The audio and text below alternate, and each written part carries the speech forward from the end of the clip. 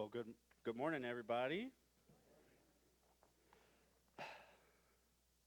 I don't know how I'm gonna follow that up, but I'm sure as heck gonna try. Um, yeah. So good morning. Like Kent said, Brother Matt is out on vacation. So just know, while we are here, he is probably sitting on a beach somewhere in Daytona, while we actually come to church and worship the Lord. Uh, so we're better than him. That's all I'm saying. So today, I wanted to talk about something that really no one likes to talk about. A lot of people don't like to think about it, and I know I definitely don't like to hear about it. But today, the title of my sermon is "Don't Be Afraid of the Knife," and we'll get to that in a little bit. But first and foremost, everybody knows what this is, right? A nice pocket knife. Now mine is really nice. It's really fancy. It's got my name on it. I got it for officiating one of my best friend's weddings uh, years and years ago, and I carry it around all the time. I've thought I've lost it a couple times, but it's stayed with me. And I carry it with me most days, and more often than not, I don't end up needing it uh, because when you have it, you don't need it. When you need it, you don't have it. I'm sure everybody can relate to that. But I carry it around not because I'm afraid of it. I'm up here with this pocket knife, and I'm not afraid, and I'm not afraid that I'm going to drop it. I'm going to cut it. I did put it away just in case. But I'm not afraid that it's going to happen. So I'm here today to tell you, don't be afraid of the knife.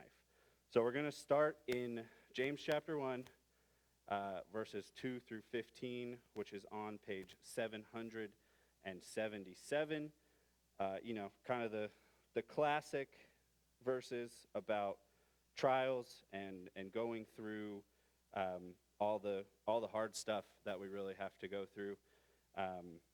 And so, if you're with me, say go. Okay. James chapter 1. Consider it great joy, my brothers, whenever you experience various trials, knowing that the testing of your faith produces endurance. But endurance must do its complete work so that you may be mature and complete, lacking nothing. Now, if any of you lacks wisdom, he should ask God, who gives to all generously and without criticizing, and it will be given to him. But let him ask in faith, without doubting, for the doubter is like the surging sea, driven and tossed by the wind. That person should not expect to receive anything from the Lord. An indecisive man is unstable in all his ways. The brother of humble circumstances should boast in his exaltation, but the one who is rich should boast in his humiliation, because he will pass away like a flower of the field. For the sun rises with its scorching heat and dries up the grass, its flowers fall off, and its beautiful appearance is destroyed. In the same way, a rich man will wither away while pursuing his activities. A man who endures trials is blessed, because when he passes the test, he will receive the crown of life that God has promised to those who love him. No one undergoing a trial should say, I am being tempted by God. For God is not tempted by evil, and he himself does not tempt anyone. But each person is tempted when he is drawn away and enticed by his own evil desires. Then after desire is conceived, it gives birth to sin, and when sin is fully grown, it gives birth to death. Now, you might be asking yourself, Kyle, what do you mean by don't be afraid of the knife? Because I'm sure all of our lives, I know my whole life growing up, my mom always used to tell me, don't go into the kitchen grabbing these knives, playing with them, throwing them, doing anything. She said, and she used to always tell me, when you're cutting, never cut towards yourself. Now, did I always listen to that? No. Should I have? Yes. And I have managed to cut myself with more types of knives than anyone in here can probably even name, and that does not include sharp objects that are not knives. I'm very I feel like I'm very careful and I'm very observant, but when something sharp is around, I feel like all my awareness goes away. Uh, so I have plenty of stories about cutting myself, and that was one of the first things that Janae had to learn about me when we started dating and everything. She just had to learn that I was going to be cutting myself. It's just what's going to happen. And so I want to tell you my favorite story about cutting myself, and it was with a pocket knife. Not this one, but another one that I have since lost. Um, but so a little backstory for the story. So this was my first youth summer camp as a leader. Not only was I a leader, I had just graduated high school, I was leading these middle school boys, I was also the youth ministry intern. So I got some high expectations, right? Well, let's just say that it did not turn out so well. So we're hiking through the woods one of the days during summer camp, and as middle school boys and young boys and 31-year-old men like to do when they're in the middle of the woods and on a hike, you find a nice stick and you use it as a hiking stick. What do you do when you have a stick and a pocket knife? You whittle it. So we're sitting there, we're eating lunch, we're talking, just about life, getting to know each other, and there's probably 4 or 5 of us, me and middle school boys, and we're just whittling away at these sticks. And we're starting to wrap up, we're starting to get ready to go, so my mind's going all over the place, trying to make sure they're doing what they need to do, and I'm still whittling away while I'm doing this. And then next thing I know, I feel a sharp, little cut on my finger, and I'm thinking I just nicked it, so I'm shaking it off, trying to be all right. And then next thing I know, I hear one of the female leaders behind me say, "I'm getting soaked, what is this?" You guessed it. That would be the blood that was gushing out of my finger. So, safe to say, thankfully, one of the other youth leaders, he was a nurse. He was also my mentor at the time, so he was there to help out. He's like, "Let me see it." Takes his water bottle, pours some water on it. Blood goes away, gets replaced instantly. So he's like, "Oh, this doesn't look good. Let's go over to the river. Dunk it in there. We'll wipe it off. Get it all clean, so we can look at it." Instantly, blood comes back. So one of the middle school boys takes off his shirt, gives it to me. I wrap it up, and then we got to walk, about 30 minutes back down, and then we got to drive an hour into town so I can get some stitches. 6 stitches later, my finger is sewn up, and I was back in business. Now, somebody might think, okay, you severely filleted your finger open. Probably should be afraid of a pocket knife, right? Nope, not me.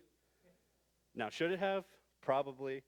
I probably have cut myself countless times since then with my pocket knife, and I continue to think that I'm very smart and observant with my surroundings. But like I said, whenever there's a sharp object around, all my awareness goes away, and that is especially when I'm in the kitchen. I cut myself more often than not when I'm in the kitchen.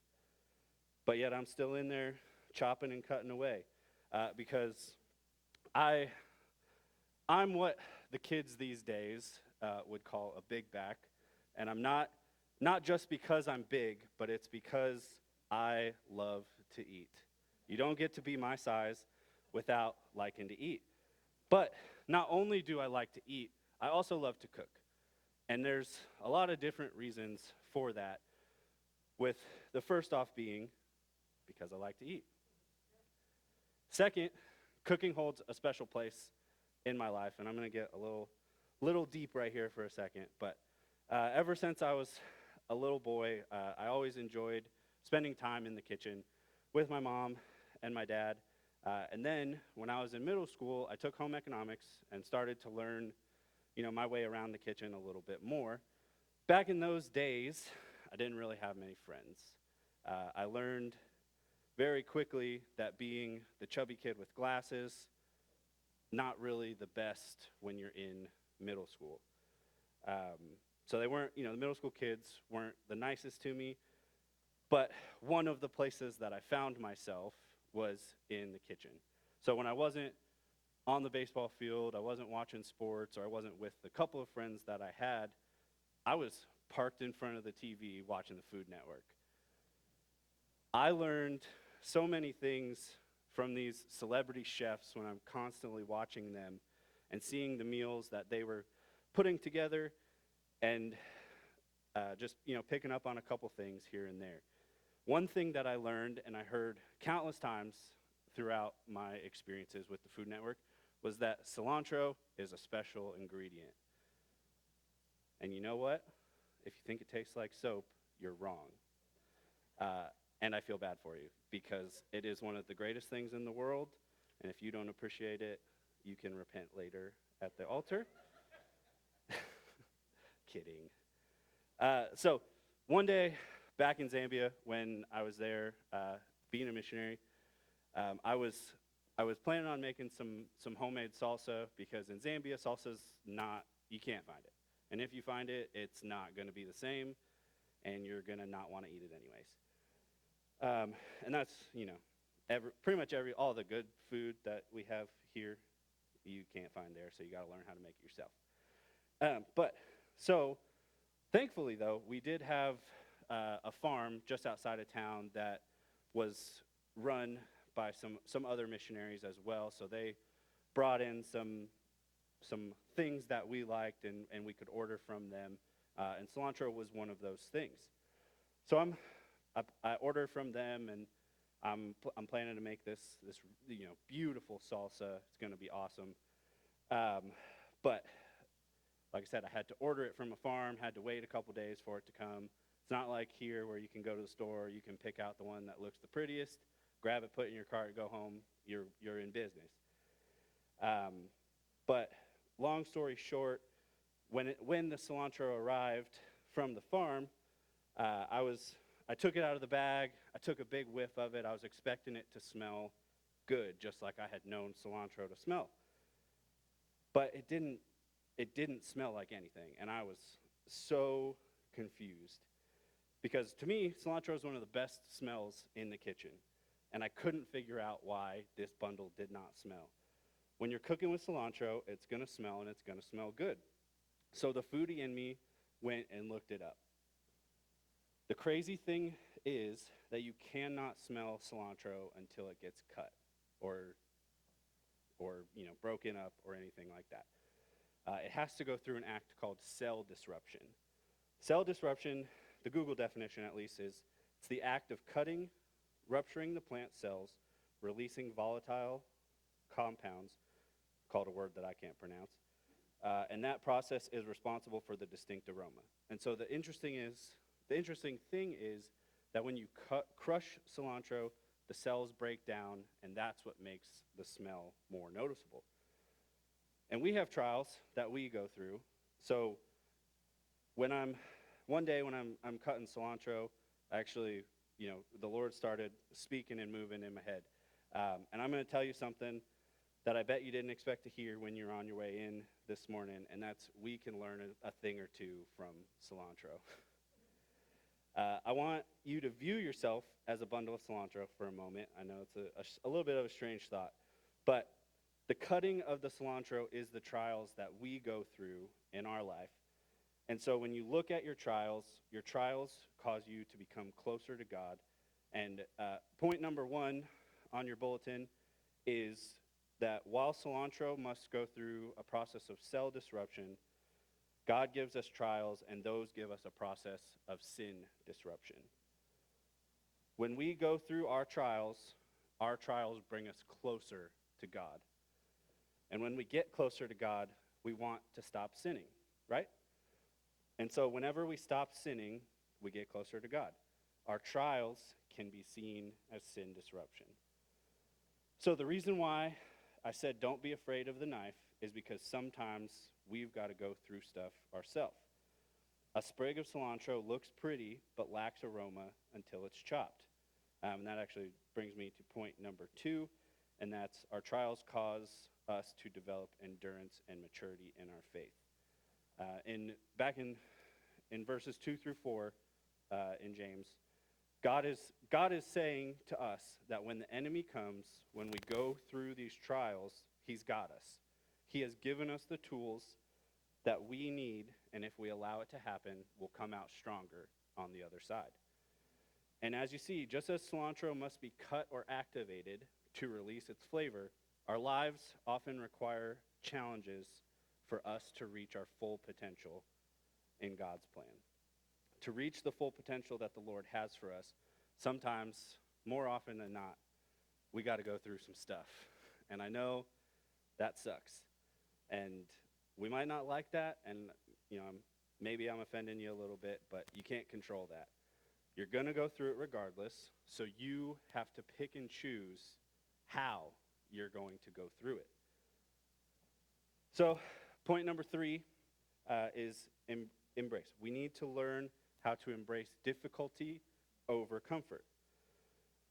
You see, I was thinking about it, and I was thinking, if cilantro could talk when we put it down on that cutting board, do you think it's going to say, no, don't cut me, I don't want to be cut? Or would it say, please use me for what I'm called for? You see, we are the only ones, when we get told what we're supposed to be doing, we say, I don't know, is this really for me? Are you sure you don't want to call somebody else to do this? Am I really supposed to be doing this? We're the only ones that do it as humans. So why is it that we choose to embrace comfort over challenges that the Lord has given us? And it's hard because sometimes when you go through hard work, you're like, again, you sure about that, God? You for real? You really want me? But that's what he's calling us to do. So embrace the challenges over the comfort. So now let's turn to Romans chapter 5, which is on page 730 for all you guys with the Pew Bible. And we're going to read just verses 3 through 5. When you're with me, let's say go. And not only that, but we also rejoice in our afflictions, because we know that the affliction produces endurance, endurance produces proven character, and proven character produces hope. This hope will not disappoint us, because God's love has been poured out in our hearts through the Holy Spirit who was given to us. So quite like what James says, Paul tells us that our trials or our afflictions produce endurance. But not only endurance, but also character. And character produces hope. Paul promises that this hope will not disappoint us because God loves us. The trials we face, we produce in us a step-by-step transformation that makes us more like Christ. Paul continues this idea in 2 Corinthians 12, 9, and 10, telling us that we should be content with our weaknesses, our insults, our persecutions, and our calamities, because when we are weak, that is when we are strong. God's grace is sufficient for us because his power is made perfect in our weakness. Now, most of you know, I've talked about it earlier, I've talked about it plenty of times, but most of you know that I love sports, right? So growing up, my entire life revolved around 4 things. That was church, sports, food, and family. And when I was in high school, I had a desire to be an athletic trainer. So I started learning a little bit about the body and how the body works, how the muscle groups work. And while my desire to be an athletic trainer didn't last too long, I did get a bachelor's degree in sport management, where I took a care and prevention of injury class. And then in my master's degree in sport nutrition, we took a strength and conditioning class. So I know enough, a little bit about the body, how muscles work, and how you need to tear muscle for it to grow. The process of breaking down muscle fibers through exercise and repairing them to be stronger and larger is called muscular I always say it wrong, hypertrophy.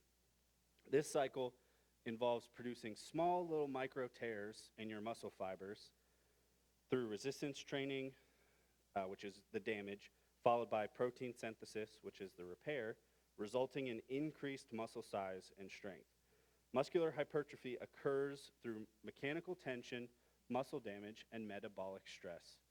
I want you to focus on those three words for a second. Tension, damage, stress. Sounds a lot like what we go through almost on a daily basis, right?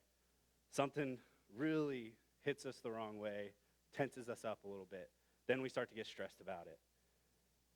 And then, or it damages us a little bit, and then starts to stress us out a little bit. So what do? We grow through it. So if our fleshly body is required to go through tension, damage, and stress, why would our spirit be any different? Famous author and theologian C.S. Lewis once said that God, who foresaw your tribulation, has specially armed you to go through it, not without pain, but without stain. Okay, let's bring it back to cooking just for a quick minute. I want you to look at your life as a big food dish. Cilantro is not only used as flavor in a dish, sometimes it's also used as decoration on top to provide a nice pop of color. When it's used in a recipe, it's powerful, it's bold, it's intense, and it can dominate any dish that it's in. However, when it's used as decoration, most of the time, even those of us that like cilantro are just going to pick it off, put it to the side, because we don't want to worry about it being, the stem being in there and all that stuff. So for cilantro to be its best, it needs to go through that cell disruption and put in the dish, because otherwise it'll most likely be picked off or be ineffective. It's the same with us. We need to be fully integrated, and that requires to go through that sin disruption.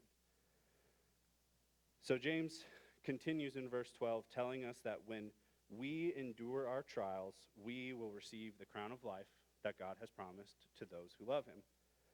God's not only going to bless us for persevering our trials, but he's also going to provide us with a beautiful gift that we could never ask for. Now, I just gave you two promises of the Lord, right? He is going to make it work because he loves us and he's got this beautiful gift for us. And afterwards, when we receive that, we're going to receive that crown. So when you go through your trials, why are you worried about, oh, this doesn't feel good, this is uncomfortable, I don't like this?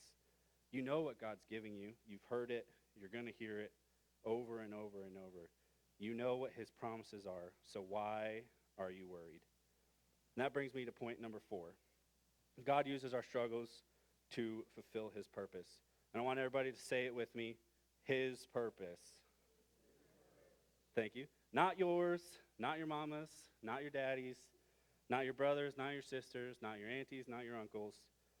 His purpose. The crazy thing is that cilantro can dominate a dish. Just like cilantro can dominate a dish, we can influence the world when we allow God to use that spiritual knife and mold us and shape us and cut us. You see, we must learn how to embrace who God has created us to be and the good works that he's prepared us for. Because when we go through that, people are going to see and taste God's goodness in us because what we went through.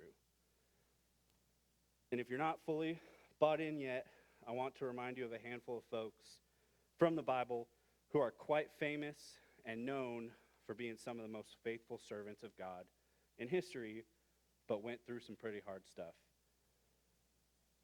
So Joseph was most beloved by his father Jacob, yet hated by his half-brothers. Joseph struggled at home and in a foreign land. At home, Joseph's brothers loathed him because of the dreams he told them about. He had dreams about his brothers bowing down to him, and their father saw it as God's prophecy for the family. But driven by envy, the brothers sold Joseph to traveling merchants, making their father believe Joseph was already dead. In Egypt, Joseph's misfortunes continued as he was imprisoned because of a false accusation. Nonetheless, Joseph used God's gift to help the Pharaoh lead the people during a time of famine. And in return, Joseph received life's greatest blessings: an admirable job, a family, and most importantly, reconciliation and reunion with his brothers and his fathers. Moses never thought of leading the exodus of God's people to the promised land. He was just a shepherd and self-proclaimed was slow of speech and tongue. However, Moses' encounter with God made all the difference. He faced plagues, the Pharaoh's army, and stubborn people. Moses had all sorts of struggles that would have made any leader give up. Far worse than the internal battles that Moses had.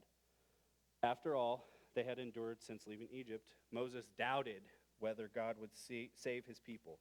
But despite his struggles, Moses persevered and believed in God. And the story of Ruth starts with tragedy and several misfortunes. As a widow and an outsider in her community, Ruth could have easily abandoned her mother-in-law Naomi and continued her life elsewhere. But Ruth's faithfulness to God and Naomi were more important. Her loyalty served as her foundation for navigating the challenges of everyday life. Ruth's story shows us that God is there for us even in the small and ordinary moments of our lives. Just like Ruth, who faithfully faced challenges like poverty, death, and social discrimination, we can get through any struggle. And now, nearly everyone knows how David defeated Goliath with just a sling and a stone. Facing the giant was not David's most significant test, however.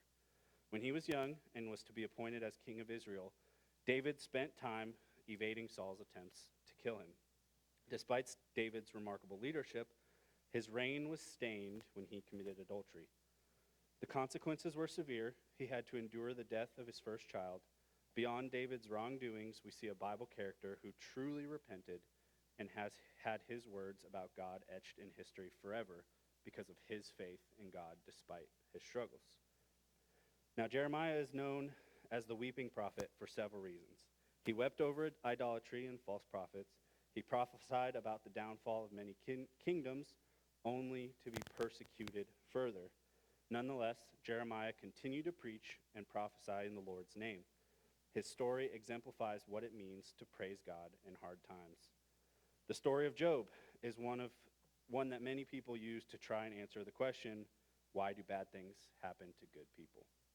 Job, a wealthy man in the land of Uz, is blameless and upright, but God permits Satan to test Job's faith because Satan believed that Job would only remain faithful if life were without struggles.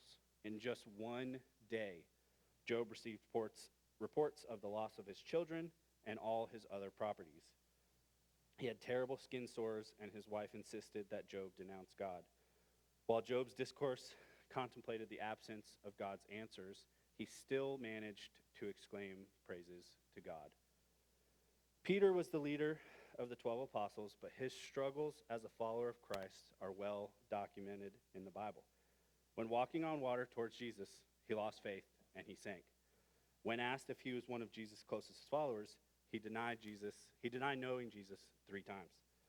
After Christ's resurrection, Peter persevered to overcome his personal and spiritual struggles to show that he genuinely believed in Jesus.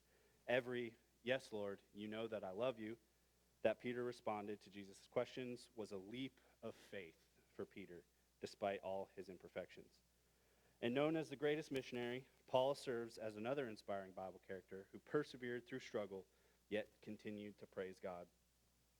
However, unlike many other characters who lamented their struggles, Paul gladly boasted while he was struggling and suffering. Paul spoke of the thorn of his suffering, but he knew it was part of glorifying God. And last but not least, this list would be incomplete without the one and only Jesus. No suffering comes close to the experiences that Jesus had from the Mount of Olives to his crucifixion on Calvary. Jesus could have chosen another path, but he obediently followed God, the Father's plans for the salvation of everyone. Jesus experienced anguish in body and spirit. It took all his strength to carry the cross and suffer on behalf of the sins of humanity. Jesus sacrificed to show how much he loves us. There are many lessons we can take from the sufferings of Jesus. Whatever suffering we may have, we can always surrender them to God. Especially when we struggle in life, let us be reminded that God will never abandon us. Will you stand with me as the worship team comes back up? And I leave you with this. Jeremiah 29:13. It says, "For I know the plans I have for you, declares the Lord. Plans to prosper you and not to harm you. Plans to give you hope and a future." Man, that's a blessing right there. It's because everything that I just said in the last 20, 30 minutes is validated. I want you to look back at all of the challenges that you've gone through, that the Lord has put you through, and look and be thankful and ask yourself, would you be where you are today without going through those trials? And I want you to change your perspective on how you start to go through your trials in the future. And as you get to know him, and as we sing right now, I want you to think about these things and open your eyes to the goodness of God in your trials.